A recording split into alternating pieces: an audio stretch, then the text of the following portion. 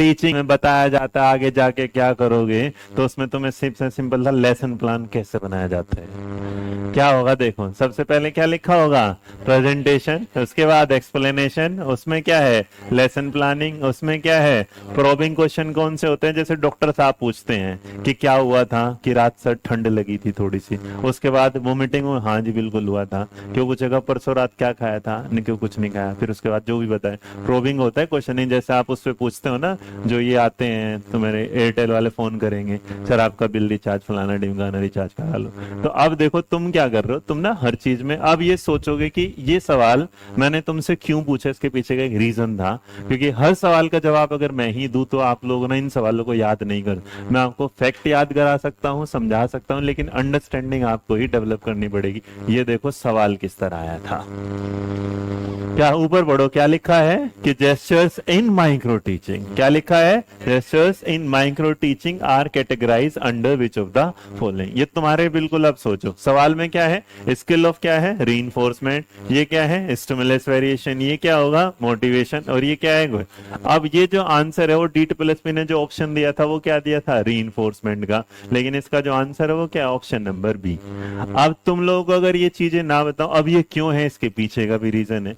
अब ये सवाल अगर यहां होगा तो अब ये बताओ, मैंने लिख तो दिया कि जो इसका आंसर क्या होगा बी, इन्होंने जो आंसर दिया है वो क्या, देखो ये मैंने तो येलो किसको किया है, बी को, इसने आंसर क्या दिया है एक। अब सवाल ये आएगा कि तुम्हें ये पता कैसे चलेगा, तो एक बार पीछे की तरफ चलो और जो मैंने आपके सामने रखा, तो सबसे पहले देखो इसने जो कहा था, इसका सवाल क्या था, नहीं पता छोड़ दो लेकिन कॉमन सेंस यूज करो, कहता है स्किल्स ऑफ माइक्रो टीचिंग जो होगा। अब स्किल्स होती है जब किसी चीज में आप ना पूरी, मतलब जैसे किसी को खाना बनाने की स्किल्स है तो इसका मतलब से हर टाइप का खाना बनाना आता है, इसका मतलब उस चीज में वो क्या है बिल्कुल प्रोफिशिएंट हो जाता है, बिल्कुल एकदम परफेक्शन आ जाता है। तो माइक्रो टीचिंग अगर होगा स्किल, तो हम ये चाहते हैं कि जो ट्रेनिंग टीचर है हम उसे ऐसा सिखाएं कि वो जो जाए तो आगे जाके वो अच्छे से क्या है पढ़ाए। किसी भी चीज का जो स्कूल एक्सपीरियंस प्रोग्राम है उसका मतलब है कि एक ऐसा प्रोग्राम जो उसके लाइफ में आगे आने वाला, उसका सिमुलेशन मोड है। कौन सा मोड है, ऐसा सिमिलर मोड है कि वो जाके आगे भी क्या करेगा जब टीचर ऐसे ही। तो जब स्किल ऑफ माइक्रो टीचिंग है तो हम इसलिए करवा रहे हैं ताकि एक जो ट्रेनी टीचर है उससे पता चले कि उसे टॉपिक को सामने वाले को कैसे बताना है या कैसे एक्सप्लेन। जैसे मैं तुम्हें बताता हूं तो इसका मतलब मैं अपने टॉपिक को क्या कर रहा हूं, प्रेजेंट कर रहा हूं, लेकिन उसके साथ साथ मैं उसके क्या एक्सप्लेनेशन, उसके एग्जांपल देता हूं। तो इसलिए स्किल होगा कि कोई भी ऐसा ट्रेनी टीचर जो सीख रहा था तो इसका मतलब सबसे पहले उस टॉपिक को क्या करेगा, प्रेजेंट करेगा, उसके बाद उसके अंदर क्या होने, मतलब ये कि मान लो एक ऑप्शन अगर बच्चों को एक एग्जांपल समझ में नहीं आया तो उसे एक से ज्यादा एग्जांपल क्या है आते हो। दूसरी तरफ उसने क्या बोला था कि लेसन प्लानिंग के जो रिटन मोड था उसमें लेसन प्लान के अंदर प्रिसाइज होना चाहिए और क्या होना चाहिए, टू द पॉइंट। तो हम ये बता दें कि पहले मैंने जब खाने वाला एग्जांपल पूछा कि पहले खाना बनाने में क्या लगता था, ज्यादा टाइम, फिर क्या लगा कम। लेसन प्लान भी सेम ऐसा ही था, जिस दिन हमने पहली बार लेसन प्लान बनाया था उसे बनाने में बहुत टाइम लगा था, लेकिन अगली बार क्या लगने लगा था, कम। उसके पीछे कई सारे रीजन थे कि जितना बेहतर पहला बना के लाए थे उतना टीचर ने ध्यान नहीं दिया, तो फिर हमें लगा चलो नॉर्मल बनाते हैं। लेकिन अगर उसने ध्यान भी दिया, लेकिन ध्यान देने के बाद हमारी ऐसी आदत होगी कि जो 20 मिनट का काम था हम 10 मिनट में करने लगे। तो इसका मतलब लेसन प्लानिंग आपको एक सिस्टमेटिक क्या बताते तरीका कि कैसे कैसे आपको क्या पढ़ाना क्या बताना। इसमें क्या होगा, प्रोबिंग। जो नीचे रिकैप्चुलेशन जिसे हम बोलते हैं उसमें क्या होगा कि किसी भी टीचर को सिर्फ क्लास में आके लिखवाना नहीं होता, उसे क्या होते हैं, जब आप कहते हैं कोई भी क्लास सबसे बेस्ट तब मानी जाती है जब बच्चा क्वेश्चन उठाने के लिए हैंड रेस करता है। मतलब अगर क्लास में हाथ उठ रहे हैं सवाल पूछने के तो क्लास बढ़िया, नहीं तो खराब। तो प्रोबिंग क्वेश्चन का मतलब क्या होगा कि सवाल टीचर का जो इन्वॉल्वमेंट होगा स्टूडेंट के साथ वो क्या होगा, क्वेश्चनिंग के माध्यम से क्या होगा, ज्यादा। अब एक बात बताओ, अपने को अगर ये पता ही नहीं कि स्किल में स्टिमुलस वेरिएशन आएगा, जब रीइंफोर्समेंट पूरे प्रोग्राम में ही कहीं नहीं आया। अब रीइंफोर्समेंट में क्या होगा, देखो यहाँ पर, तो रीइंफोर्समेंट का तो सॉरी स्टिमुलस वेरिएशन में, स्टिमुलस का मतलब क्या होता है, स्टिमुलस होता है किसी भी चीज का स्टार्टिंग पॉइंट। जैसे वो होता है ना, स्कीमा होता है, तो स्टिमुलस होता है किसी चीज को देख के आपको प्यास लगी तो ये जो पानी है ये स्टिमुलस है। तो जो तुम्हारी ये जो पानी है ना ये स्टिमुलस है, और जब तुम इसे पी लोगे वो क्या कहलाएगा, रिस्पॉन्स कहलाएगा। तो अब जो जस्टिस वाली बात होगी, अब मैं अगर गुस्से में हूं तो वो जो आंखें, तो इसका मतलब तुम मुझे देखोगे, देखने के बाद अगर तुम्हें लगा मजाक में हूं तो तुम सीरियस नहीं होगे, लेकिन अगर मैं सीरियस हुआ तो तुम उस पर क्या करोगे, इसमें वेरिएशन जो मतलब मैं अलग अलग जो क्लास में एक्टिविटीज करा रहे हैं कुछ भी। और लास्ट वाला क्या हुआ, क्लासरूम, है ना। तो यहाँ तो इसका मतलब क्लासरूम मैनेजमेंट हमारा, यहाँ से ना फिर नया टॉपिक शुरू भी होता है क्लासरूम मैनेजमेंट का भी। बट याद रखना कुल मिला के जो स्किल्स होती हैं कितनी होती हैं 5। तो स्किल्स में पहले वाली कौन सी थी भाई, किसी चीज को प्रेजेंट करना, एक्सप्लोर करना। दूसरा क्या था, तीसरा क्या था, प्रोबिंग क्वेश्चंस करना। प्रोबिंग क्वेश्चंस का मतलब क्या है, इंटरैक्टिव क्वेश्चन। और स्टिमुलस वेरिएशन का मतलब है कि किसी एक पर फिक्स नहीं करना, जहां पर आप अलग अलग वैरायटी, कुछ बच्चे से कुछ पूछना, कुछ डिफरेंट टाइप के उससे क्वेश्चन जो पूछे उसी में कुछ नए नए वो चीजें जोड़ते रहना, कुछ इवेंट जोड़ना, एक्टिविटी। और लास्ट में क्या होगा क्लासरूम में कि लड़कों को एक साइड बैठा दिया, लड़कियों को एक साइड बैठा दिया, या शरारती को एक साइड बैठा दिया, इस तरह। अब जब ये सवाल आया था देखो, अब इसमें अगर आएगा तो इसने कहा कि अपने को नहीं भी पता कि कौन सा होगा, मैं नहीं जानता, ये छोड़ देते हैं कि ये कोई फलानी चीज है, जैसे पूछा कुछ पूछा उसमें हटाओ।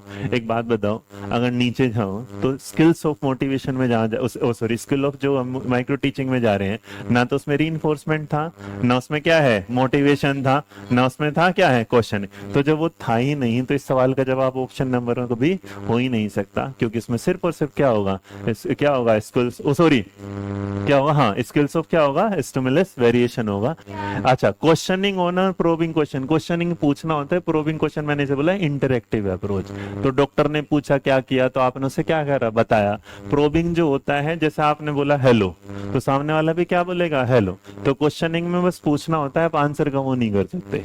लेकिन जो प्रोबिंग होगा उसमें तब तक कन्वर्सेशन आगे बढ़ ही नहीं सकती जब तक सामने वाला जवाब नहीं देगा। एक टाइप ऑफ क्या है, क्वेश्चन है।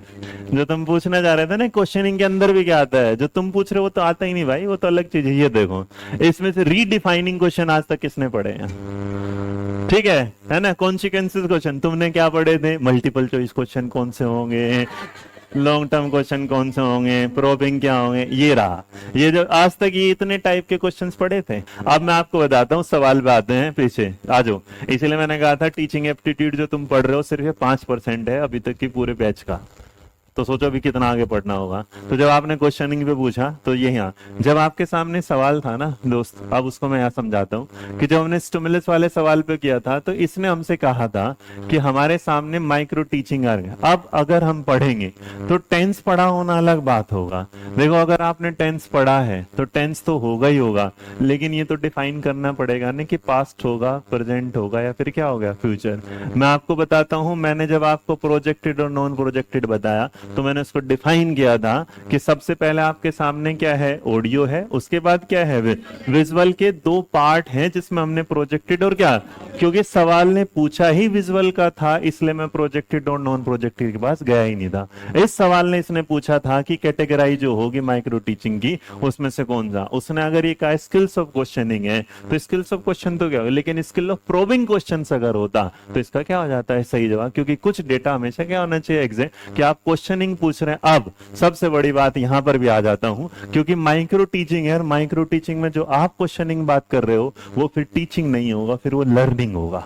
कि जब बच्चा सवाल पूछेगा तो वो क्या कर रहा होगा, लर्निंग। लेकिन जब मैं पढ़ा रहा हूं तो माइक्रो टीचिंग है, वो लर्निंग नहीं। अब आगे बढ़ते हैं, जब माइक्रो टीचिंग का हो जाता है, माइक्रो टीचिंग में कुछ आर आते हैं भाई। ये एक नई चीज और है, इसको भी ऐड कर लीजिएगा। क्या आ गया, 5R। क्या होता है 5R ऑफ क्या है, माइक्रो टीचिंग। वो ये रीडिफाइन करना, रिस्पॉन्ड करना है, तुम्हें पता है इसमें कोई दिक्कत नहीं। क्या होगा, रिकॉर्डिंग करना, रिव्यू करना, रिस्पॉन्ड करना, रीडिफाइन करना, क्या है रीडिंग। अब देखो चार, ये जो 5R होंगे इसे दिमाग में डालो एक सीक्वेंस के तरीके से, सीक्वेंस में ही जाना है। सबसे पहले आपको जो वो होगा सुपरवाइजर जो होगा वो आपको देखेगा तो क्या कर रहा है, जो आपने रिकॉर्ड किया उस रिकॉर्ड के बाद वो आपको क्या दे रहा है, रिव्यू। उसके बाद उसमें क्या मिल रहा है, रिस्पॉन्ड। उस पर आप रिफाइनिंग का मतलब भाई कुछ कमी रहेगी तो उसे क्या कर रहे हो और अच्छा कर रहे हो, रिफाइन। और उसके बाद क्या रहे, रीडूइंग, जैसे आपने रीप्लान करा। तो 5R अगर कोई पूछेगा तो इसमें अगर किसी ने रिकैप्चुलेशन डाल दिया तो इसका मतलब माइक्रो टीचिंग के 5R में कभी रिकैप्चुलेशन नहीं आता। ठीक है, याद रखना, क्योंकि रिकैप्चुलेशन लेसन प्लान में तो आ सकता है, बच्चा रिकल वो करेंगे दोबारा ऐसे चीजों को, बट वो कभी माइक्रो टीचिंग का हिस्सा नहीं हो सकता। तो कौन कौन से 5R रहेंगे, सबसे पहले के रिकॉर्डिंग, दूसरा, तीसरा, चौथा। चलो अब उसके बाद जैसे खत्म होता है हमारे सामने क्या आ जाते हैं, एडर।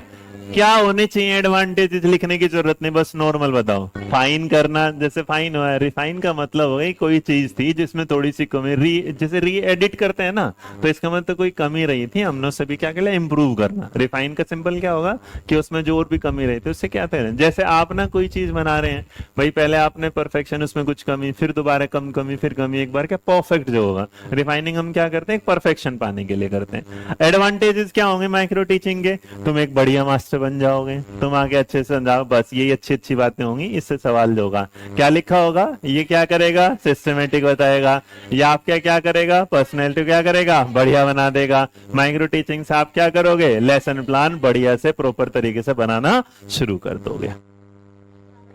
हेडिंग डालिएगा क्लासरूम एनवायरनमेंट। इस क्लास में तो सब मेरे अंडर में, ध्यान रखियो, बाहर तो कुछ भी कर ले। और बाहर तो करेगा तो सोच ले मेरे जानने वाले कितने होंगे है कि नहीं है। चलो इस बात को करते हैं खत्म। ये है हमारे 4 बालक, इनके हिसाब से हुए। ये तो बेचारा सबसे सीधा सा लग रहा है ना। यार तो 4 मॉनिटर समझ लेते हैं इस क्लास के, इस क्लासरूम का एनवायरनमेंट को। तो नॉर्मली क्लास के एनवायरनमेंट को हम 4 हिस्सों में बांटते हैं। कितने बांटते हैं, 4। तो ये समझ लो 4 हैं ये वाले। नाउ पूरी क्लास को मैं एक मौका दे रहा हूँ, अपने अपने व्यूज, अगर तुम्हें लग रहा है तुम्हें दिख नहीं रहे तो तुम इन्हें बेंच पे खड़े कर सकते हो उसको छोड़ के। तो आप ना इनकी शक्लें देखो, इनकी शक्लें देखने के बाद आप इनके बारे में एक जजमेंट निकालो कि ये किस टाइप के बच्चे रहे होंगे।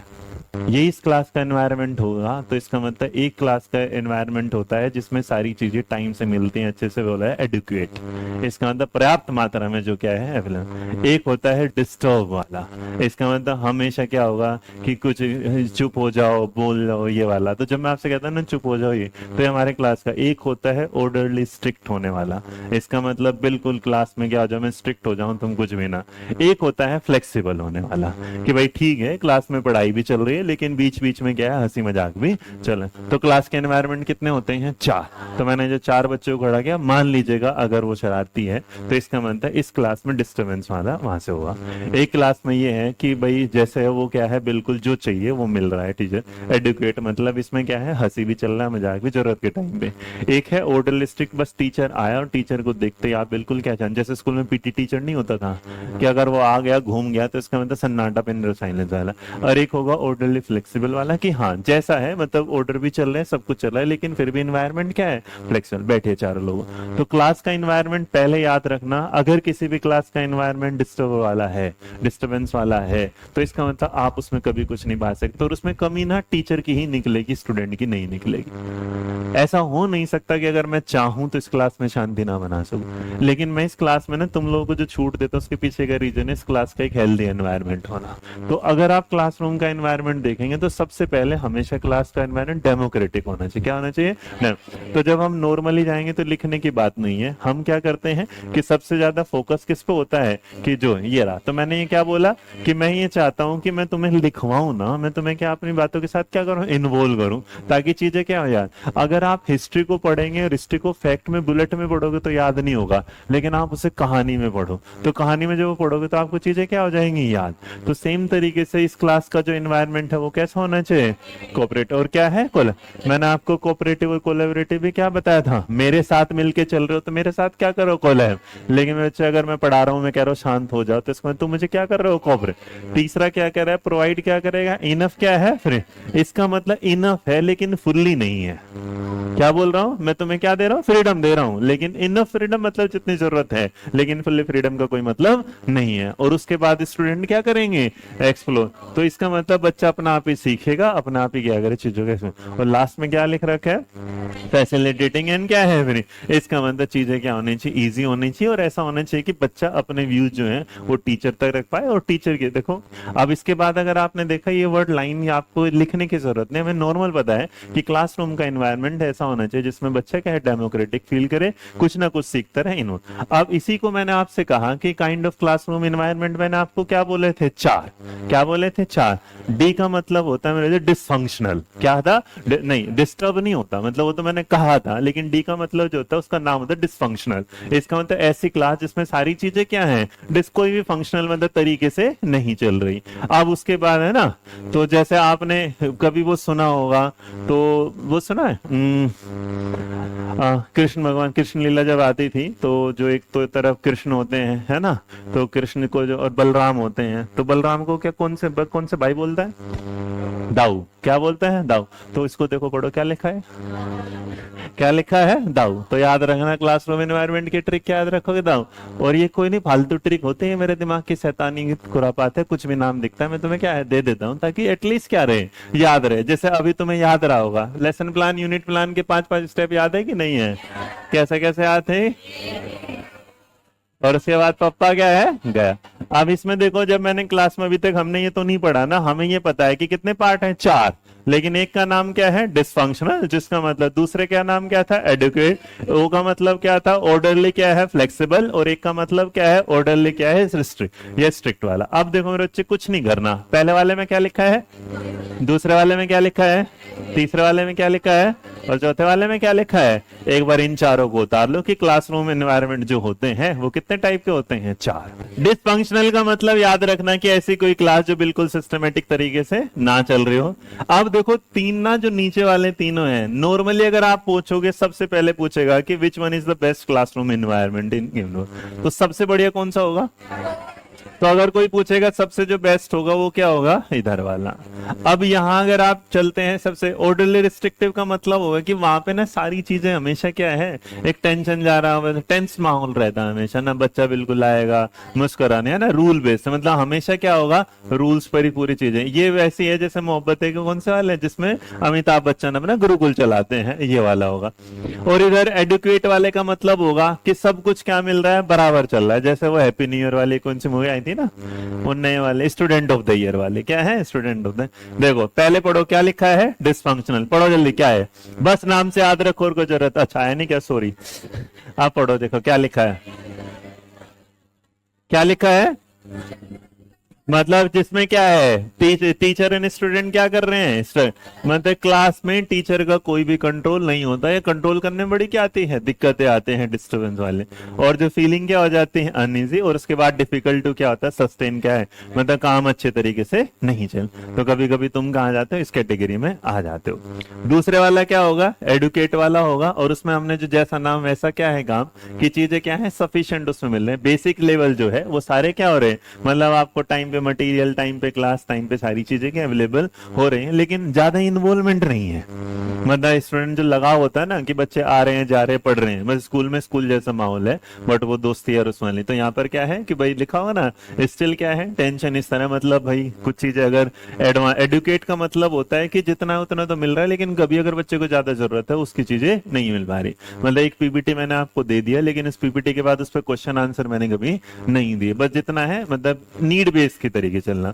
तीसरे वाला हमारा क्या था भाई, क्या लिखा होगा, रन क्या है, स्मूथली है, हाई क्या होगी, मैनेज होगा, रूटीन्स क्या होंगे, टाइट होंगे, लिमिटेड क्या होंगे, रेंज, मतलब सारी चीजें अपने क्या करेंगे, टाइम से चलेंगे। जैसे बोल दे क्लास में 11:05 पे आना है, तो 11:05 पे क्या है, आना है, तो रूल जो होंगे वो थोड़े से क्या होंगे, जैसा नाम वैसा क्या होगा काम। और लास्ट में जो आ जाता है वो क्या कहलाता है, फ्लेक्सिबल, कि रन क्या चल रहा है, स्मूथली चल रहा है, जैसे हमारी क्लास चल जाती है। देखो चीजें कैरेक्टर में क्या होगा, लूज होगी, बट क्या हो, लॉस वाली, मतलब थोड़ा सा ढीलापन होगा, लेकिन कभी भी कमांड खत्म नहीं होगी उस तरह। और उसके बाद जो क्लासरूम रूटीन है वो क्या अच्छे से चलते रहे। तो क्लासरूम इंस्ट्रक्शन, क्लासरूम एनवायरनमेंट से रिलेटेड क्या आता है, सवाल।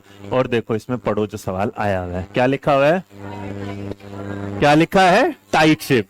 अब टाइट शिप का मतलब क्या है, लगाम कसने वाले, एकदम बिल्कुल क्या है, टाइट पकड़। तो टाइट में हमने क्या बोला था, ऑर्डरली क्या है।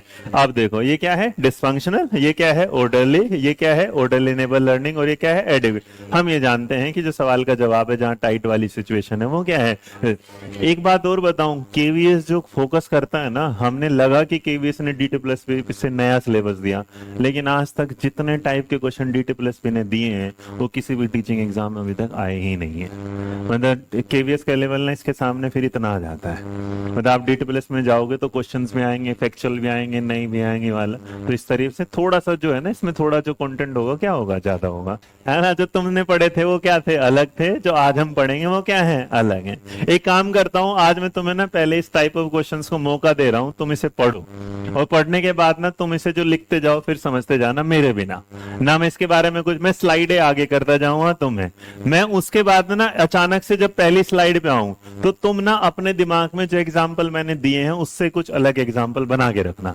आप अगर इसकी स्लाइडें पढ़ोगे तो आपको ना आराम से चीजें सब समझ में आ जाएगी कि कौन से कॉन्सिक्वेंसेज वाले हैं, कौन से भाई जो रिक्रिएशन वाले हैं, कौन से डाइवर्जेंट हैं, कौन से कन्वर्जेंट है, पूरा कंस्ट्रक्शन वाला।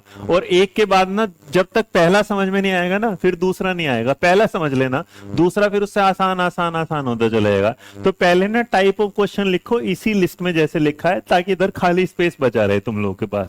बस इधर की तरफ ना स्पेस, क्योंकि मेरे को ना तुम लोगों को सिर्फ एक एक वर्ड में समझाना है। बड़े लिखोगे तो फिर ना कंफ्यूजन होती रहेगी यार एग्जाम में।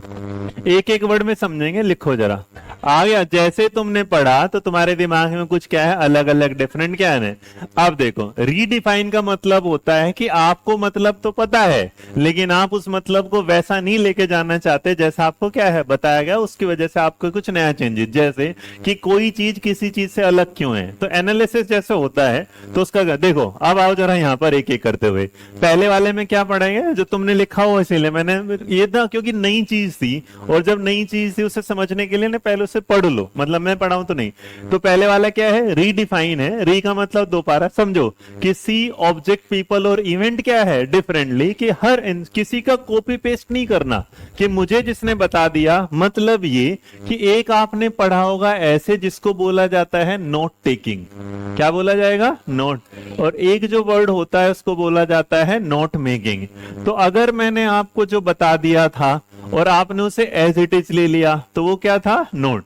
लेकिन आपने उसे कुछ नया और कुछ अलग डिफरेंट तरीके से, वो क्या है? वो सॉरी, अरे अरे अरे रुको भाई, लिख दे रहा हूं। क्या होगा? नोट। तो नोट मेकिंग होता है जैसे समराइज करना, नोट टेकिंग होता है किसी चीज को कॉपी पेस्ट करना।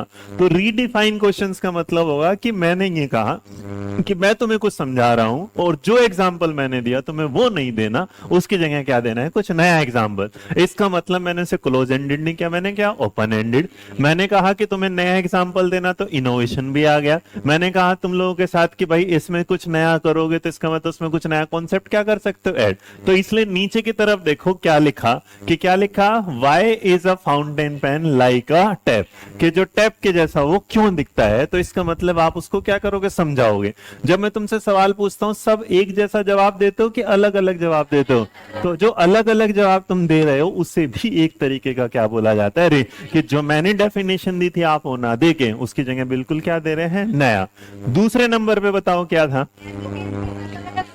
क्या था? कॉन्सिक्वेंसेस। अब कॉन्सिक्वेंस क्या होता है भाई, कि उस टाइम उस चीज पर वो कैसे काम कर रहा होगा, मतलब उसकी जो सिचुएशनल होगी ना। तो एक तरीके का कॉन्सिक्वेंसेस के, अब देखो इसको पढ़ो जरा सिचुएशन को। क्या लिखा होगा कि इमेजिन क्या है? आउटकम ऑफ क्या है? अनयूजुअल। कि भैया ऐसा है कि अगर तुम्हारे साथ ऐसा हो जाए कि मान लो आप एग्जाम देने गए और एग्जाम देते टाइम आपका एडमिट कार्ड क्या है? घर रह गया। तो इसका मतलब उस कॉन्सिक्वेंसेस में आप क्या करोगे? जैसे आप ये समझ के चलते हैं कि दृश्यम मूवी है 2 अक्टूबर वाली, कि अगर वो पकड़ा जाएगा तो उसके पहले क्योंकि उसने तो उसके कॉन्सिक्वेंसेस क्या हो सकते हैं। जैसे कोई चोरी कर रहा है, चोरी करते टाइम इसे पता है कि अगर पकड़ा जाएगा तो उसकी क्या होगी, तो इसका मतलब उसके बारे में पहले से जानकारी रखता है। तो यहाँ सवाल देखो क्या लिखा है? सपोज। इसका मतलब इन चीजों में आप ना, जैसे हाइपोथेटिकल होता है तो हाइपोथेटिकल क्वेश्चंस क्या होते हैं, आप उसमें कुछ वो सोचते हैं कि उसका एक बढ़िया आइडिया सोच लेते हैं। लेकिन इसमें क्या होगा कि आपके सामने कोई ऐसी प्रॉब्लम भी हो सकती है, सिचुएशन हो सकती है जिसके बारे में अगर वो आपको पता नहीं, लेकिन जब आएगी तो आप उसके बारे में तुरंत ही क्या है? सोच सकते हैं। सवाल पढ़ो, एग्जाम्पल क्या लिखा है? Suppose the petrol supply on earth vanish. क्या है कि अचानक से क्या हो जाए? खत्म। जैसे मैं इस क्लास में हूं और इस क्लास में अचानक से क्या है? लाइट चले जाए तो हम कैसे पढ़ेंगे? तो इसका मतलब उसी टाइम हमारी वो सिचुएशन आएगी तभी हम उसके बारे में क्या होगा? सोचना। तो इसका मतलब वो वेरीफाइन कभी भी नहीं हो सकती। तो हम ये देखें मोबाइल की भाई अपनी टॉर्च जला लेंगे, मैं बोल रहा हूं आप कहें सुन लेंगे।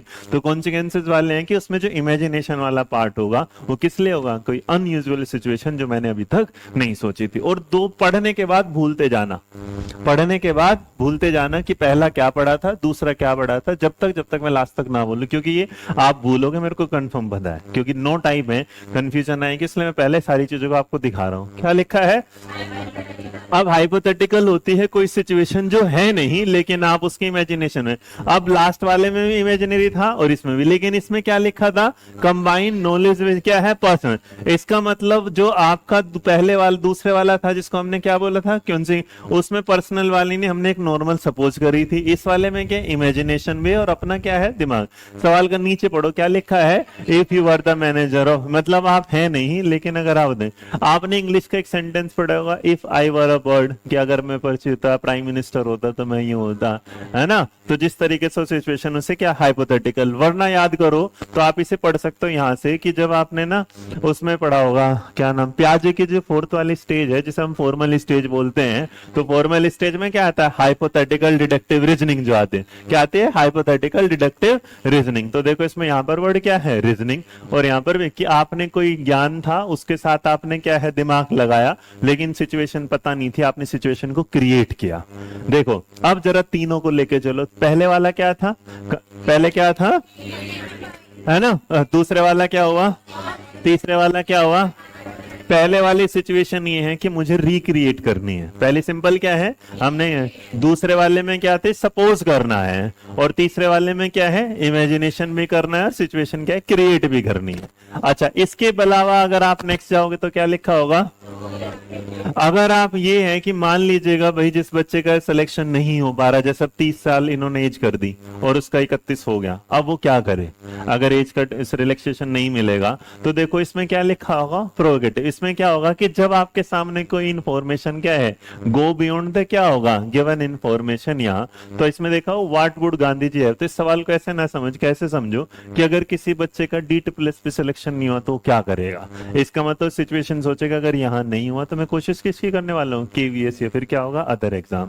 अब जो प्रो वाले होंगे, एक बात याद रखना, एक वर्ड होता है प्री, एक वर्ड होता है प्रो, तो जो भी प्रो वर्ड होता है उसमें हमेशा चीजें किसके ले जाते हैं, फ्यूचर क्या जाती है, कि अगर ये वाला काम नहीं हुआ तो इसका मतलब आपने एक सिचुएशन सोच ली। इसे आप दूसरे तरीके से ले सकते हो जो होगा प्लान बी। एक पेन दे देना कोई, इसे कैसे ले सकते हो, जैसे आपकी लाइफ में क्या हो सकता है कि आपने क्या बना लिया, प्लान बी। मैं अभी भी सबको बोल रहा हूँ याद मत करना, बस सुन लेना, क्योंकि आपको याद नहीं होगा, पहले बता के चल रहा हूँ। उसके बाद जो नेक्स्ट वाला था वो क्या होगा आपका, से क्या है, अब देखो क्वेश्चन जो सीकिंग क्या करते हैं, न्यू रिलेशनशिप। अब इसमें क्या कह रहा है, अनयूजुअल है, फनी कनेक्शन है, और इसके बाद क्या लिखा है, एज अ माउथ क्या है, माइल। अब ये वाली बात के साथ कि क्वेश्चन है सीकिंग क्या कर रहे हैं, नई रिलेशनशिप, नहीं उसमें मतलब कोई भी ऐसा सवाल जिसके साथ कोई दूसरा कनेक्शन आएगा, यहाँ बस आपने इसे पढ़ लो कि इस क्या कर रहा है, एक्सप्लोर क्या करना है, अनयूजुअल सिचुएशन है और उसके साथ क्या है, कुछ फनी कनेक्शन।